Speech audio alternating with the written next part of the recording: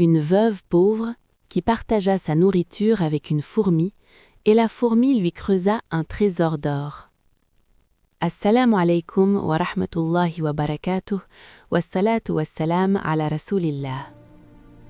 Il était une fois Aïcha, une veuve âgée, qui vivait dans une masure délabrée aux confins d'un village reculé, oublié de tous. Sa maison n'était qu'une pièce étroite en torchis fissuré, surmontée d'un toit de palmes sèches, qui la protégeait à peine des morsures du froid hivernal ou des brûlures du soleil estival. Elle était seule, sans compagnie.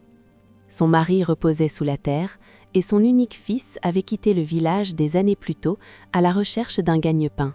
Il n'était jamais revenu. Ses nouvelles s'étaient tues, sa trace s'était effacée. Aïcha menait une existence emplie de silence et de solitude. Dans sa masure, on n'entendait que le sifflement du vent qui s'infiltrait par les fissures et le grincement de la vieille porte en bois. Malgré la misère extrême qui rongeait son corps frêle, malgré la faim qui tordait ses entrailles durant les nuits sombres, elle possédait une âme fière qui refusait de se briser et un cœur pudique qui rejetait l'humiliation. Jamais elle n'avait tendu la main à quiconque, jamais elle ne s'était présentée à la porte des riches. Elle préférait dormir le ventre vide plutôt que de salir son honneur en mendiant des miettes. Avant de poursuivre cette histoire étonnante et de voir comment Dieu transforma sa vie grâce à une fourmi, dites-moi, de quel coin du vaste monde suivez-vous nos récits? Et avez-vous déjà été témoin, de vos propres yeux, de la récompense accordée à la bienfaisance? Aïcha gagnait son pain quotidien à grand-peine. Elle ramassait les restes de pain sec dont les gens ne voulaient plus, les nettoyait, les séchait au soleil, en broyait une partie ou les vendait comme fourrage aux bêtes contre quelques pièces rares. C'était un labeur épuisant pour une femme de son âge, dont les cheveux avaient blanchi et dont le visage portait les sillons creusés par le temps. Au lieu d'inspirer la compassion des voisins, elle était devenue la cible de leurs moqueries. Les femmes du village la regardaient de haut, échangeaient des sourires moqueurs en la voyant porter son sac de pain sur son dos courbé et la surnommaient « la pauvresse oubliée ». Elle finit par ne sortir que lorsque c'était absolument nécessaire, fuyant leurs langues acérées. C'est dans un coin sombre de cette masure lugubre que l'histoire commença vraiment. Aïcha remarqua un va-et-vient incessant. Une armée de fourmis noires avait élu domicile dans une fissure au bas du mur. Loin de s'effrayer ou de les détruire, comme l'auraient fait la plupart des gens en versant de l'eau dans leurs trous, elle les observa avec pitié et tendresse. Elle vit dans ces petites créatures faibles des compagnes de solitude et de lutte pour la survie. Elle sentit un lien invisible unir sa faiblesse à la leur, sa quête de nourriture à leur recherche acharnée d'un grain de blé ou d'un morceau de sucre. Dans une vieille boîte rouillée, elle conservait un peu de sucre brut pour les jours de grande disette. Mais son cœur généreux ne lui permit pas de le garder jalousement pour elle seule, alors qu'elle voyait ses fourmis arpenter le sol à la recherche de subsistance. Elle s'agenouilla péniblement devant le petit trou, prit une poignée de sucre et le répandit doucement, avec affection, sur leur passage, comme si elle offrait un festin à des hôtes de marque. Elle les regarda emporter les grains avec joie et application. Un pâle sourire éclaira alors son visage émacié. Pour la première fois depuis longtemps, elle se sentit utile, nécessaire, ne serait-ce qu'aux yeux d'un insecte minuscule. Ce qu'Aïcha ignorait, c'est que ce geste simple, accompli d'un cœur pur et sincère, allait changer le cours de sa vie pour toujours. Cette fourmi qu'elle nourrissait aujourd'hui de son maigre repas allait lui rendre l'appareil d'une manière que nul esprit humain n'aurait pu imaginer. Mais les vents ne soufflent pas toujours au gré des navires. Des regards indiscrets l'observaient, des langues malveillantes se mirent à la calomnier. Un matin nuageux, alors qu'Aïcha était absorbée par son rituel quotidien avec ses petites compagnes, elle ne remarqua pas l'ombre massive qui s'approcha de sa fenêtre brisée. C'était Omar, un voisin connu pour sa curiosité malsaine et la dureté de son cœur. Il l'épiait de derrière le mur. Quand ses yeux tombèrent sur la scène, son esprit étroit ne put la comprendre. Une femme qui n'avait pas de quoi acheter un pain répandait du sucre précieux par terre pour nourrir des insectes inutiles.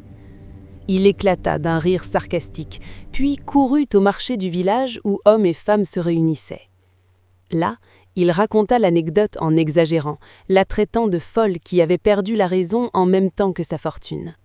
Il imita ses gestes, prétendant qu'elle parlait aux fourmis. Cela déclencha une vague de rire et de raillerie. L'histoire se répandit comme une traînée de poudre.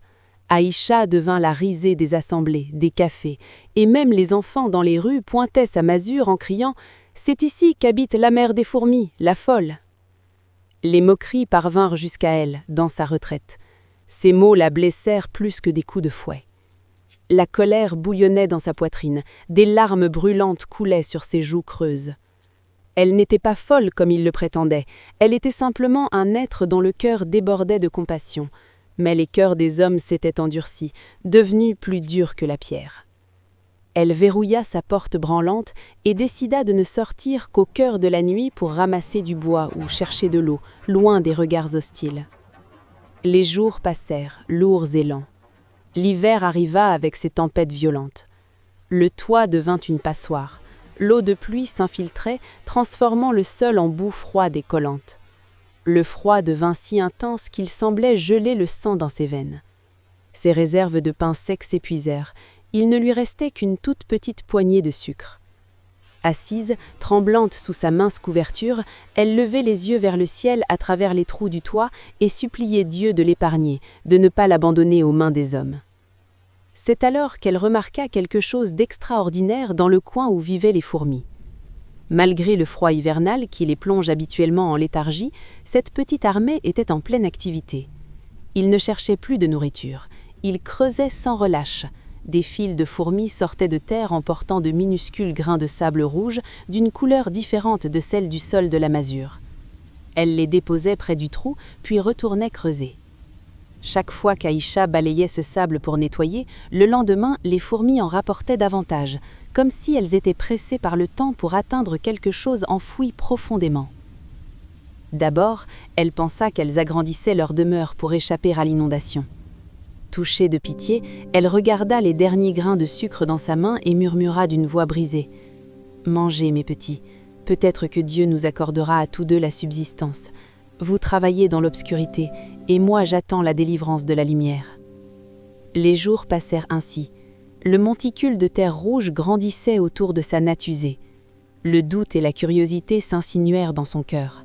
Pourquoi creusait-il si profond? D'où venait ce sable rouge qu'elle n'avait jamais vu dans le village?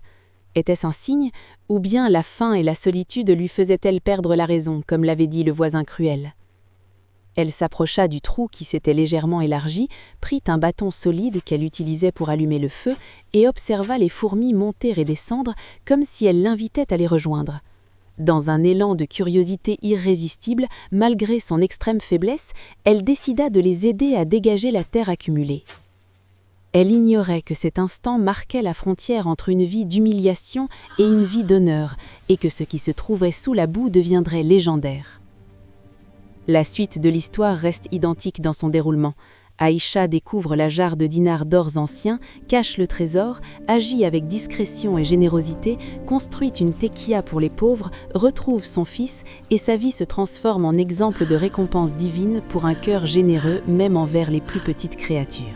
Dans la prochaine partie, vous découvrirez comment la vie d'Aïcha va basculer à jamais. Comment cette veuve pauvre va passer de la misère à l'abondance. Comment elle construira une grande maison, accomplira le pèlerinage à la Mecque et consacrera sa richesse à bâtir une mosquée et une école coranique pour les générations futures. Mais attention, ce succès ne laissera pas tout le monde indifférent. Ne quittez pas la vidéo, la suite réserve des révélations et une leçon puissante. Like, commente et abonne-toi pour ne pas rater la prochaine partie.